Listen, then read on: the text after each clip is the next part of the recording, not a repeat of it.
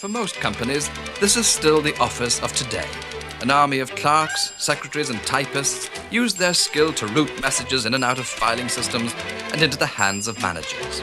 And there's another army of postmen who carry those messages across the country. How very different it'll be in the office of tomorrow. Command, letter, to all branch managers.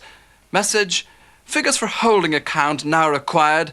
My office by 1400 hours, please. Signed, Casey, Managing Director. Now, I can read that message here on my screen, and you can also read it on your screens at home. And so, too, would all my branch managers if I were simply to give the command, send. The message would be transmitted down telephone lines to all their offices, where it would appear simultaneously on all their screens. No army of clerks and secretaries, no postmen, no paper. Science fiction? Not a bit of it. Systems like this are in operation in offices all around the country at the moment. The secret ingredient, the nerve center of this office of the future, is a machine called a word processor. So what is a word processor? Why is it so powerful?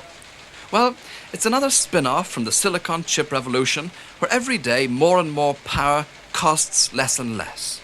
A word processor is just a computer dedicated to handling text, words. It can be a full-blown mainframe computer costing many thousands of pounds, or it can be a microcomputer like this one.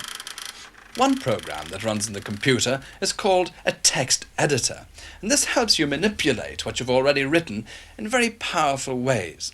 For instance, I've just typed this nursery rhyme into the machine, and as you can see, there are one or two deliberate mistakes.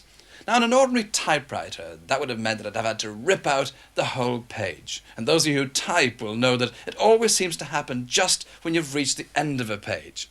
But with the text editor, I can simply ask the machine to make the alteration for me. So here we go. Change Fred to Mary everywhere it occurs. And there, it actually occurred on 2 lines, and we've got Fred back to Mary. Let us now ask the machine to print for us the entire revised nursery rhyme in its more recognizable form. You can move lines and paragraphs, change sentences, correct spelling mistakes, without ever having to type the complete text again. And when you've finished, the computer will file it for you. Not on paper, but on a magnetic disk. Now this is a floppy disk. And contained on here, there are very, very neat files, all under their own file headings and instantly retrievable. One box of disks like this can hold the equivalent of many, many shelves full of cumbersome paper files. Bradford Metropolitan Council lead the field in this country. They installed this Wordplex system in 1977, and it was working fully by July last year. The central memory can store 37,000 pages of A4 text.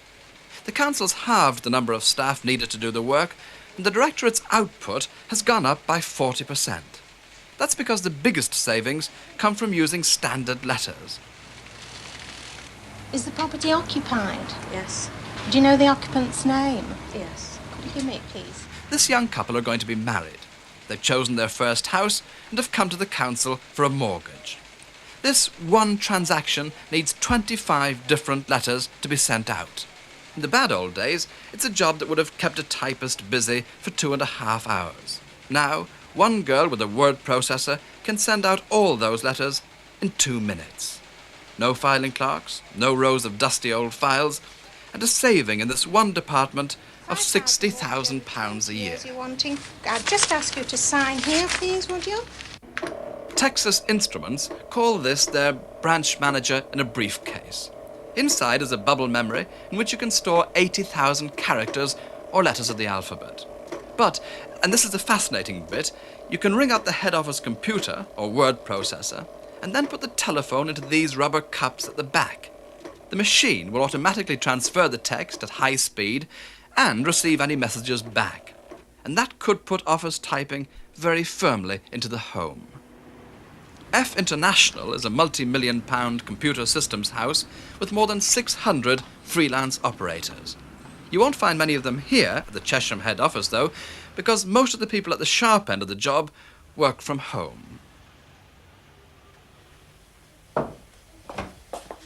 Linda English works for F International as a computer programmer. She has a modern, well-equipped kitchen, 2 children, and a bubble-memoried terminal.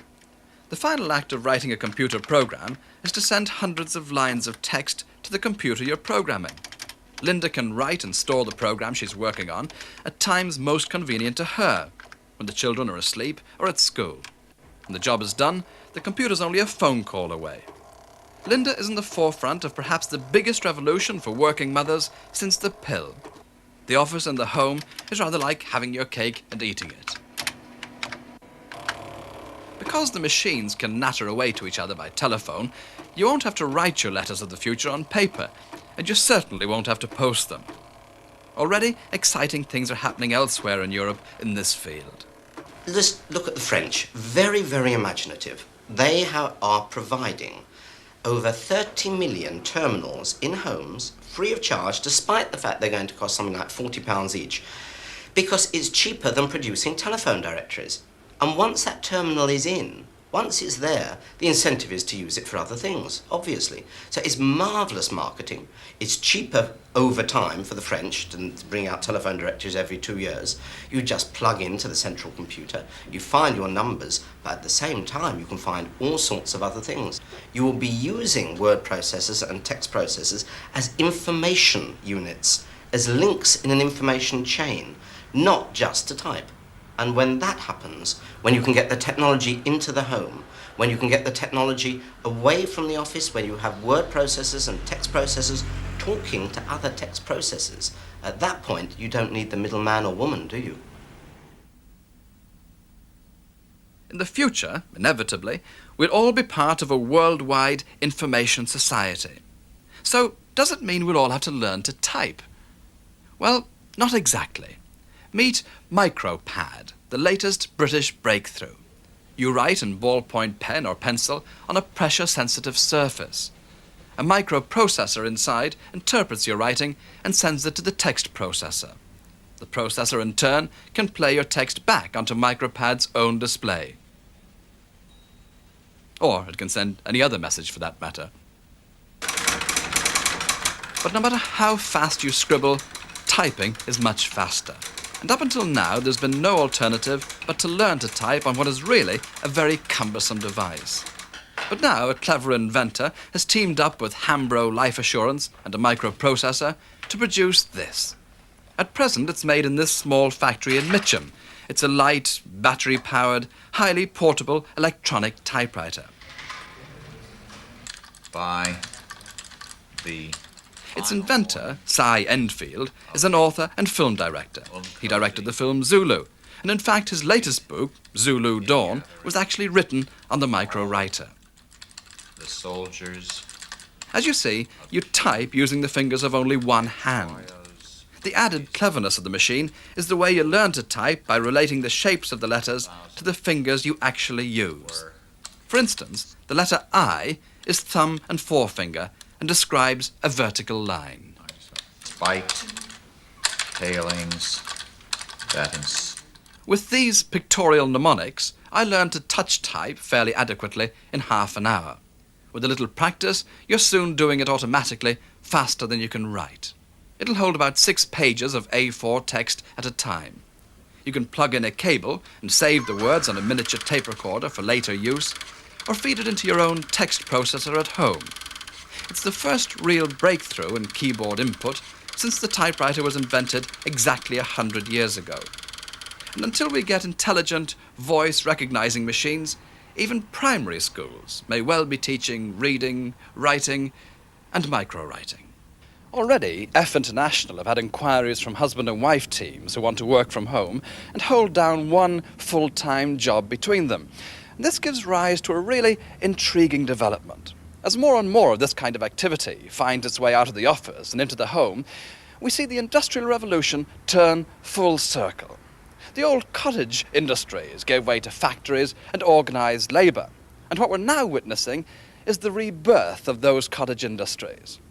Our old friend, the silicon chip, far from destroying traditional concepts like home and family, is actually helping to rebuild them.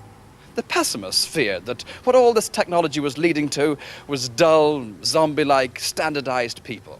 In fact, if anything, it's helping to make people more free and individual.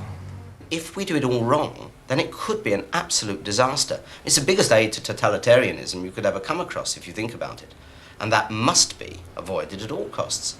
On the other hand, it's the greatest boon to decentralization and people fulfilling themselves. And that is the sort of way we've got to go. But it's up to us. So being an optimist, I'm quite excited by it. Palings that encircled the royal crawl.